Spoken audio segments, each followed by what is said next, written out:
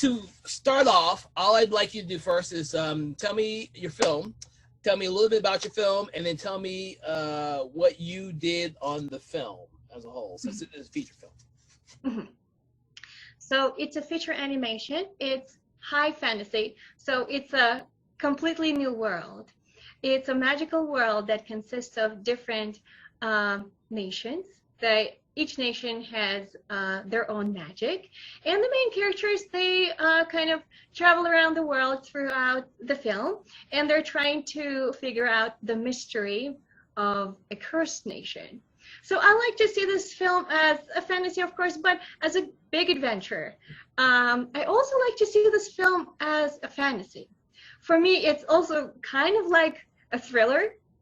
So I hope that it will be interesting for different kind of people. So since it is a feature, what exactly was your role on it? Did you write, direct, produce? What's all the things you did for it? Right. So yeah, so this film actually was made in a team of two. The animation was made in a team of two. It was me and my husband. So I wrote the story in the first place, and then I directed it, I guess. Although my husband is an art director, he's an actual artist. He's actually somebody who has a talent. Between the two of us. Unfortunately, he is working right now. He can't take part in this conversation, but yeah, so but we had to do everything together. So he started doing the storyboard, but then he actually trained me how to make the characters, and then I took over. I actually made the characters and animated them, and he did the background, all background art, and all this amazing, in my opinion, animation, because I can't do anything like that, but I'm learning. So hopefully maybe for the second movie I will be closer to what he's able to do. So yeah, and then of course we had to learn all kind of video editing, audio editing, and we didn't know any of that, but we kind of did it as a challenge and to show that pretty much anybody can do it, and you just need some persistence and passion, right? Well, and just tell your story. Well, that's one of the big things I have to ask is, you know, your story is this huge journey that goes to multiple different areas and like worlds, I guess is the easiest way to say it. And right. You didn't decide to do something simple. You decided to do something big. It's actually impressive that you're telling me that this is your first one you've done. I was like, for your first time, I was like, wow.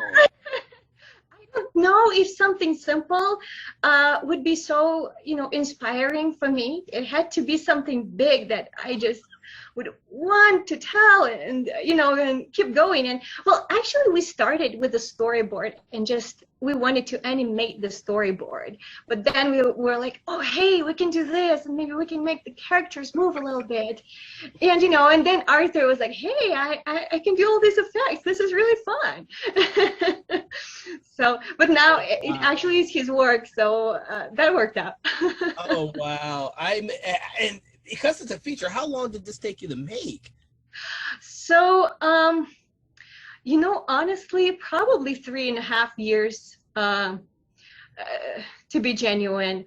Well, I had this story in my mind, the story outline for many years, of course. And it was written originally as a script in Russian. Then I developed the story. I wrote it as a book, also in Russian. But then when I moved to US with my husband, I was like, I'm going to write it from scratch. Now that I'm a little bit more mature, you know, maybe I can just make it more cohesive, hopefully. And I learned a little bit about how to write a script. And yeah. Well, it seems to have worked really well for the story because, like I said, it's one of those. I think fantasy is the best way to describe it. It's not just an animated movie. It's more of a big epic fantasy like Lord of the Rings or like the Odyssey. Thank you so much. That really means a lot to me, the way you see it. Well, Because yeah, I am planning to make a sequel, so hopefully the story okay. will develop. Well, I wasn't gonna get to that yet, but I really do hope that you do expand on this, because you think it creates something that was like a kind of like a one-off. There are so many different elements to your film that could be explored more. Whether you do a short film or another feature film or what have you, it really does feel something big, because you're working with a fantasy, so you're working with a world that doesn't exist, but you have to Right. create all your own, and that had to be difficult. I'm like, Well, I guess when you think about inspiration, right, you don't think difficult. You're just like, I want to tell my story. I think that there are people out there that would enjoy it, that would have fun, and you know, this kind of drives you. And my husband, with time, he got into it too. He was like, oh, this is fun. it sounds like you started it off, and he just kind of jumped in and then said, "Oh wow, this is actually quite fun." You know, you got it. Yes. So, so you know, I moved here to US, and I was I was thinking, what do I want to do? I want to do something creative, because in Russia I used to teach English. It was a pretty creative thing to do, and here I didn't have anything like that. And I thought, well, maybe I can tell my story. However, I took a Photoshop class, and I wanted to put all these pictures together. And you see, since Arthur is an artist, and he was looking at my pictures, and he was like, oh my God, I have to give you a hand. This is so bad. Oh wow. So yeah, and he jumped in, kind of just helping with art. Yeah, because of how bad it was. But then, when he was improving it, he didn't even realize it, but he was training me. And with time, I was able to help. And actually, I ended up making characters. So that brings up a good question. You said, did you always like envision it as like an animated film, or did you ever think about doing it like as a live action film? Oh, I would love to do the live action, of course. Yeah, it's just that's the only way I was able to tell the story. Sorry about the dogs. Yeah, but I just finished the second script, and I can't help it. I write it as a live action. Yeah. And yeah, because Arthur agrees with me. He's like, you shouldn't have any boundaries when you're writing a story. But then, I already started making the second storyboard, and now I'm facing challenges like, okay, is it going to be another animation? Okay, I was able to do this or that, but yeah. But I would love eventually, if the idea grows, it will be great to make a live action. So, how long have you been? What has the film festival life for your film been like? Is it just now getting out there? Is it at the tail end? Where is it at? Yeah. We started in March, I think. That was New York City International Film Festival, and we were also very lucky to take a part of it. I think it was, sorry about the dog. Some of the helpers with the animation for sure. But anyway, yeah, we were really lucky to take a part in this New York International Festival. And after that, they kind of helped us with, to get to other festivals, and other festivals saw us and sent us a waiver or an invitation. And it's actually been pretty good after that. But we have some festivals happening in the fall, so we're hoping to be done probably by December, but you never know. So I think we're in the middle right now, so it's a really exciting time. Yeah. Well, I'm glad that we're able to do some more physical film festivals again after. I know. I'm really hoping. Yeah. So, filmmakers like you can go out there and enjoy seeing the movie on the screen with people like-minded. they can watch it and get their reactions. I know that that's one of the main things that I do for my film festival, and yours being a feature-length animation would have been like completely different than what most of the other people I've seen at my events, because we do a lot of shorts. The shortest movie we've ever done was an animated movie, and I think it was like just at a minute. Yeah. Oh, wow. It was visually crazy, but it was very interesting. But like I said, other than the two that were picked up for distribution, we haven't really had any feature-length animation. So I was like, wow, this is actually quite interesting. And you were bold. Well, yeah, and you were bold enough to do fantasy. Now, being whether it's a animated movie or not, do you love doing the fantasy genre, or is there any other genre that you'd be interested in, or how does that work for you? You know, it just seems like love at the first sight. I can't really imagine doing anything else, honestly.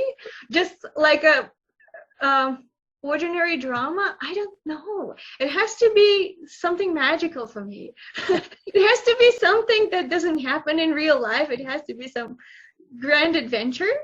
Although you know, if I had an opportunity to direct a movie, a live action, I would of course just jump into it, even if it's just a simple drama, for the experience and put all my possible creativity into it, and maybe making it a little bit of fantasy. But yeah, you know, I am really excited about fantasy, adventure, and mystery. And the second movie, I'm making more like a classical mystery, like whodunit, like we're actually looking like who is the murderer, right? Who is the puppet master, right? Who is behind the scenes and creating all this chaos? Okay. And yeah, I think that's my second favorite style, like a thriller. So I have to ask, is there any of your own cultural background in the story itself? Oh, absolutely. Yeah. Okay. I don't know if it was modest enough to make my culture and well, Russian culture, or more general, I would think Slavic culture. I made them like magi of living nature, because this is how I see it. There are all these nations in the world. For example, magi of dreams are based on ancient Chinese culture, and because I see them as such an incredible heritage of wisdom in the world, the ancient Chinese culture, so I kind of made it magi of dreams. Or what else? Magi of the Roman culture is magi of passion, because you know, I always imagine Italy and this character with all this poetry and whatever. So my nation, Russian or Slavic, for me, I think a lot of our culture is about gardening. Everybody has a little garden where they go to in the summer, and actually build the houses themselves, build the garden themselves. Most of the things are made with the hands, and that's, I don't know, this is why I see the Slavic culture as magi of living nature, because they're so close to nature, in my opinion. Although any culture probably could be described like that too. So yeah, and you can see the traditional Slavic or Russian costume on the main character, Mila. And of course, she has a little bit, or a lot, of Russian accent. I don't know. I can't hear it myself. You should tell me. And and she pronounces some things. When I was voice acting for the character, I wasn't even trying. I was just saying it the Russian way. So yeah, there is a lot of that. that works out fine for the character. So don't second guess yourself in that respect. It works fine for the character. It also gives it that other worldly quality that that adds to the fantasy aspects of the film. So I'm glad it worked out. Yeah, we actually were very lucky to have a few other native speakers sounding the character. For example, there is this Major Dreams character Muse, who is sounded by an actual Chinese girl. And I was so excited for it. She posed for the references and she sounded the character. And I think she is so authentic. Some people say that she doesn't act well, but I don't agree with that. I think she's just so authentic that it just sounds different to us. And we had a few other people helping us with voice acting like that, who were native speakers of their culture. So I was very, very thrilled about working with those people. Nice. That's a very nice aspect to add to the film. And you know, when people watch it and they realize what the authenticity that you've gone through for the characters in the movie, that's very nice. I mean, it adds a layer to the film, especially watching it a second time. And that was very, very, very important for me, because that was one of the things that inspired me to write the story in the first place, is the different cultures, or more like, ancient cultures with all their mysteries. When you dig down into the history, you find out so many things. And it was so important for me to bring as much authenticity as possible, but still make it a magical world. Yeah. So, what is one of the most difficult aspects of making this film, other than you learning how to do the animation yourself? Me personally. Yes. Yeah, so one of the most challenging things, and pretty much sounded like a joke, like at first it was a total joke, is to write music. We were thinking, actually, I don't think Arthur was in the team yet. I was just doing it alone. And I was thinking, how am I going to do the music? And Arthur is actually, again, he's more artistic and he's more musical than me. He hears things in his head. I don't. And he was like, well, maybe, I have a little bit of experience. I can write a little something. But he was so caught in animation, and we already bought this music program, and I was just playing around. And then I was like, heck, maybe I can just put a few chords together. And I took a few master classes and some courses. And I was like, oh my God, this is nuts. This is the craziest thing, but I'm going to try to write the score. So that was the most challenging, absolutely. So you did the score as well. Wow. Yes, I was very, very lucky. I found really good courses, and I was shocked. Like, it actually has some really solid logic. And there's so many tools online right now that we just wouldn't even think about it.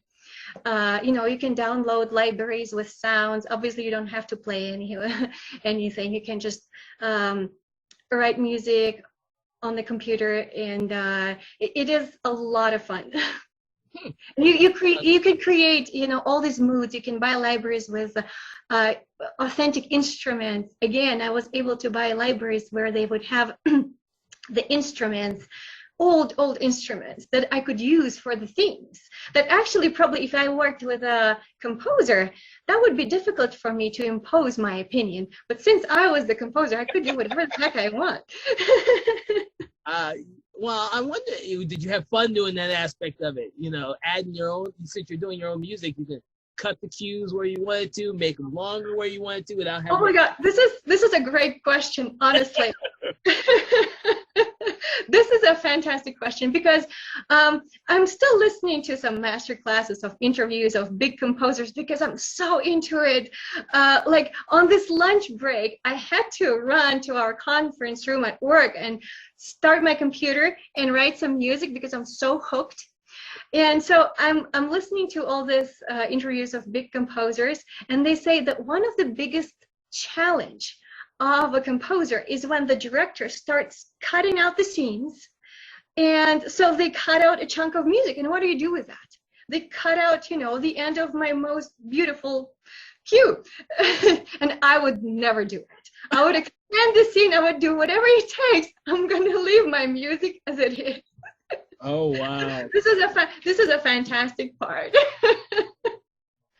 So this is the aspect of putting together the whole film that you absolutely loved. That was an accident, was becoming the composer for your film.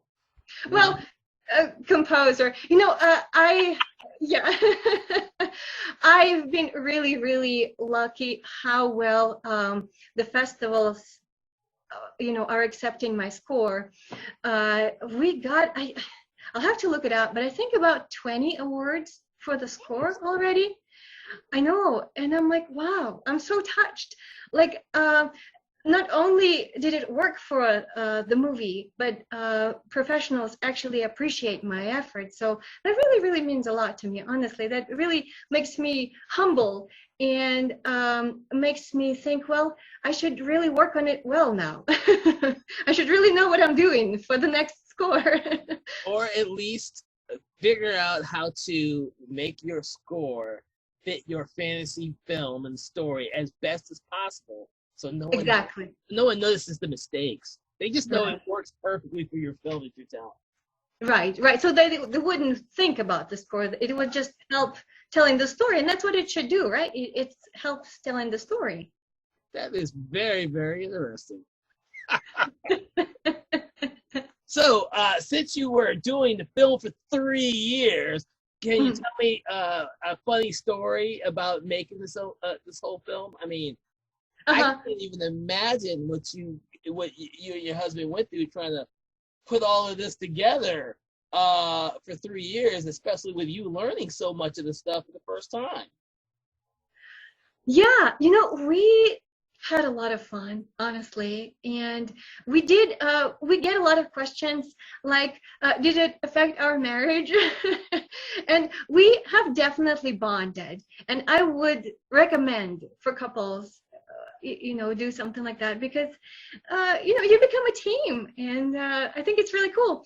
And so we had a lot of really, really funny moments when we couldn't stop laughing. Probably it all started when we started posing for the characters. We didn't have anybody else to help us out at first, and so we would just have to pose for our characters. And that was just, I don't know, that alone would be just so funny, because I described the scene and my husband tries to fit into the pose, like how would the character pose, and we would at first end up with such unnatural poses. Like, it's not so, but when you're doing it, it's quite funny. I remember there were a few nights when we couldn't sleep. We were just laughing and laughing at the scene that we just made. I don't know if you remember the scene with where the main character of our Lam was taking a purification in a temple of sunlight. Okay. And then he kind of destroyed the whole room, and he was lying upside down, and there were little suns, like actual suns, like energy balls floating around the room. But after he destroyed the room, they were exuding this black smoke and like really malfunctioning. And we were thinking about sound effects for it, and I apologize. We came up with this fart sound. And then we kind of started imagining all this, getting through the libraries, getting all these sounds together. And when we were done with the scene, we just couldn't sleep that night because we were laughing so hard. This stars are floating around and farting, but it's really, really, really silly. But it was really funny when we were doing it. And hopefully you can't. Hopefully it's just a subconscious thing. You can't hear it, but it's there. Now, when I watch it again, I know what I think of a farting noise. Everybody has to watch and listen to that sound. It's there.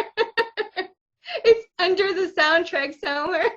So when we screen it at the event, I'm gonna make sure to tell all my crew members. I know what that sound is, there, guys. I heard it from the director herself. I know what it is. God. This is the silliest thing ever, but it was quite funny. Look, that's not the silliest noise I've heard before, or silliest story I've heard, but that's a good one. That's a really good one. Thank you. That's your exclusive story. I won't tell anybody else. It's too late now. All right, so I am still a little curious, you know. I'm curious as into what got you into the film industry. I mean, you said wrote it as a screenplay, but then you wrote it as a book, and what made you actually want to do it as a film? Right. Being a film director has been my dream when I was a teenager. And I liked acting at school. I thought I could do it, but I am from St. Petersburg, Russia, and this is a very, very cultural city. It's a city of theaters. So every second girl is an actress, and it's so hard to get anywhere. And so I showed my script to some directors, and they were very nice to me, but they said, you need a budget. That's pretty much it. And that kind of it didn't break my heart, but I thought, I probably could do something else in my life, and maybe somewhere down the road I'll be able to do it. And I think it was maybe a good decision. It's hard to say. So I went to study languages, and that's what I did most of my life. But then I just remembered my dream, like, hey, I wanted to tell my story. And so I just started doing it. I just wanted to put some pictures together, to have a little storyboard, like an animated book or whatever it turns into. And so when Arthur and I already had a simple animation, some producers looked at it and said, guys, you know what, you should think about film festivals. And we were like, you kidding, right? Film festivals, us. But then, it really gave us a little extra drive to polish things a little nicer. And we're like, oh, maybe we really can do film festivals. And so it just kind of started like a snowball. And, when we started doing our first festivals, and I already was writing the second script, I was like, I'm just going to be doing this. I love it. This is what I want. This is what I always wanted to do. And now I can do it. So I don't know if I answered your question. You did, because one of the things I like to ask is there a lot of filmmakers who make films that I've interviewed have completely different backgrounds and where they come from. And I'm always more interested in the filmmakers that don't come from a traditional film school background. Mm-hmm. I've interviewed one filmmaker who was a lawyer first, but he had Wow. this drive to get a story out there. Like he Right. had this drive to get a story out there. Yes.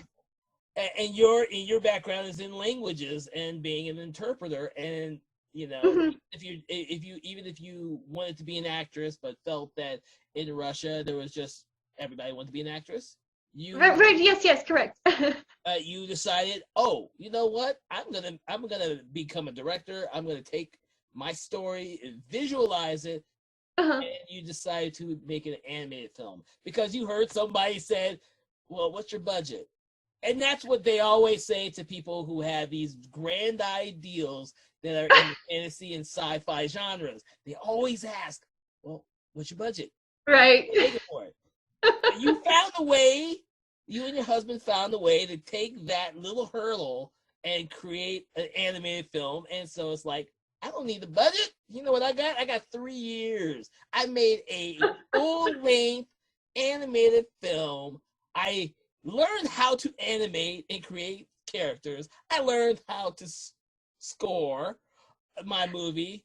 And now it's at film festivals. And that's a story that other filmmakers can learn from.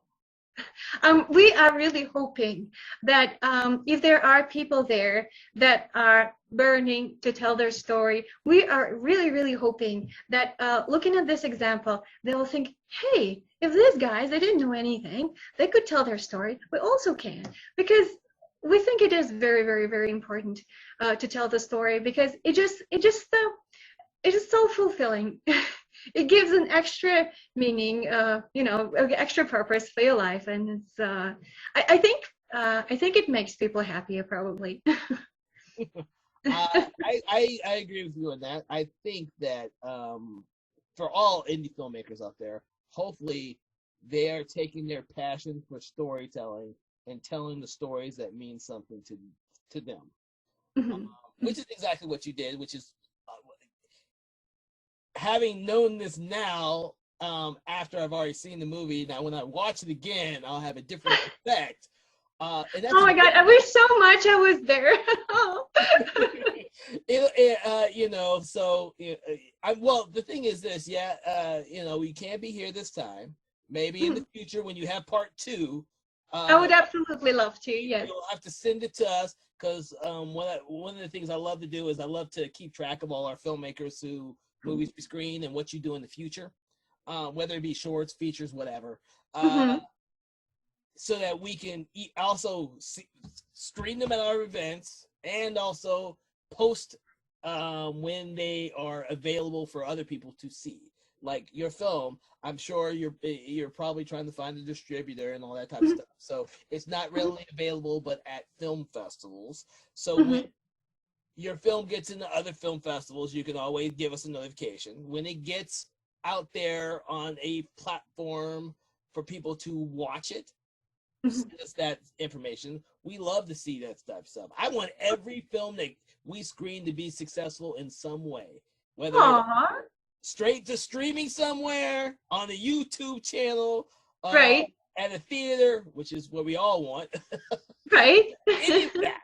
I want to see where your film goes after it leaves us. Absolutely. I will let you know. Yeah.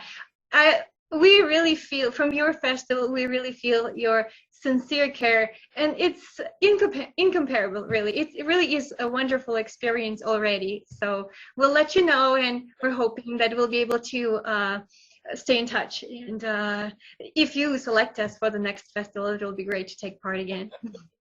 Are there any final words you would like to tell any of the people watching this video, or if you want to tell us a little bit more about your next project? Anything at all?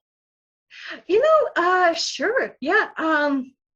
Well, right now, I am very, very excited about the next story. I kept learning how to write a script professionally this time. And, I keep taking music courses and animation courses, all that. And I think the next story will be better.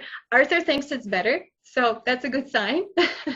And I am really hoping to do a much better job on the next one. So the next one, I really hope to look like a professional animation that anybody would like to go into a theater and they wouldn't even know that amateurs did that, or well, maybe by that time we won't be amateurs anymore. But but that is the goal. That is the goal, to get into the market and continue this sequel.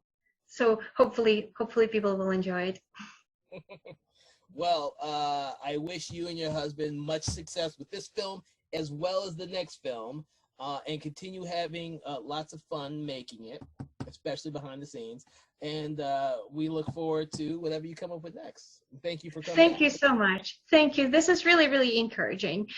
Do you have a few seconds to tell me about yourself, or do you have to prepare for the next? No. What would you like to know? I actually don't even know. Have you made any movies yourself?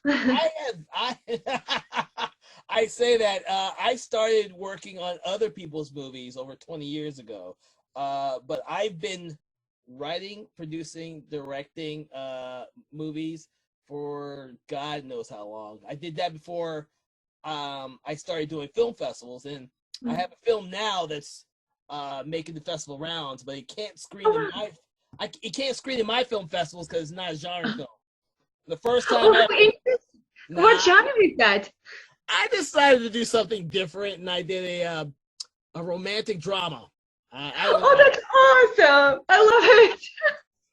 Aww. So I would love to see it. Let me know. Please send me a link where I can see it at a festival, or I'll have to send you a link. A lot of the other projects I've produced, because I've just produced some projects. I've just written other projects, and I've directed some of them. I don't need to write, direct, and produce everything of mine. I like to spread it around and stuff. So I'll have to send you the link for that so you can watch them online. Oh, I'm so excited! That's great. And then I've done features, not animated feature. I'll tell you that now. That's ambitious there. That is, yeah, that is nuts. You know, we didn't know what we were doing. But that's actually the beauty of it. Not actually having that hindrance of saying, I'm doing an animated feature and it has to be this way because it has to be animated feature. You're like, Right. I'm telling my story. If it's a Right. feature, it's a feature. If it's a short, it's a short. It don't matter. I'm telling my Yeah. story. Yeah, you see, a lack of education. Of course, I wish I had education. It's not helping me, you know, to constantly research how to do this, how to do that, or, you know, to have a professional eye, artistic eye. But on the other hand, lack of experience leads to this naivety when you don't know and you just do it. And there's something to be said about that because be like, I went to film school. Ugh. Oh, that's awesome. I wish I did. I went for a critique and analysis. So Oh, wow. my eye for enjoying film has left the building a long time ago. So now I'm Aw. critical of everything I see, which is why I do independent films, and why I do an independent film festival, because that allows me to shut my brain off, because everyone who submits a film has not gone to film school. So I can see the flaws, but they don't hinder me, because I can understand that filmmakers like you don't have that aesthetic. They didn't go to film school. You have to learn by doing. And I think that's something that is lost in a lot of people who go to film school. You want to learn how to do it correct, but not enjoy the actual art and emotion of putting your story into film. And I think some of that is lost. And that's why something like your project and some of the other ones I've interviewed filmmakers for have been so much more successful, in my opinion, because the one thing they haven't lost is the emotion and the creativity from someone who's hasn't gone to film school. I think that's one of your greatest assets, is that you don't have that hindrance. So, Yeah, hopefully we'll be able to find a balance. Maybe we will yeah. cooperate with professionals for the next story, so it would have this balance, you know, the professional look, still some passion, right, and some authentic creativity.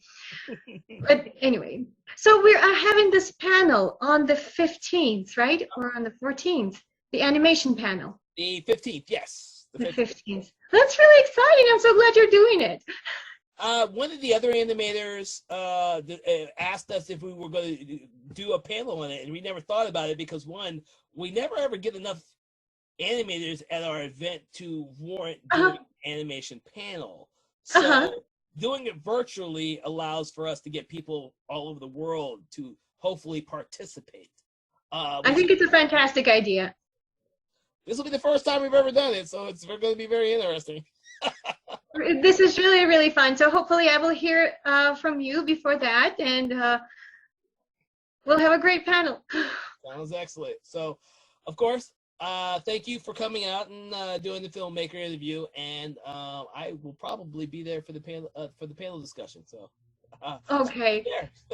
Thank you so much for selecting our movie. We are really, really excited about your festival. Your festival is wonderful. Thank you.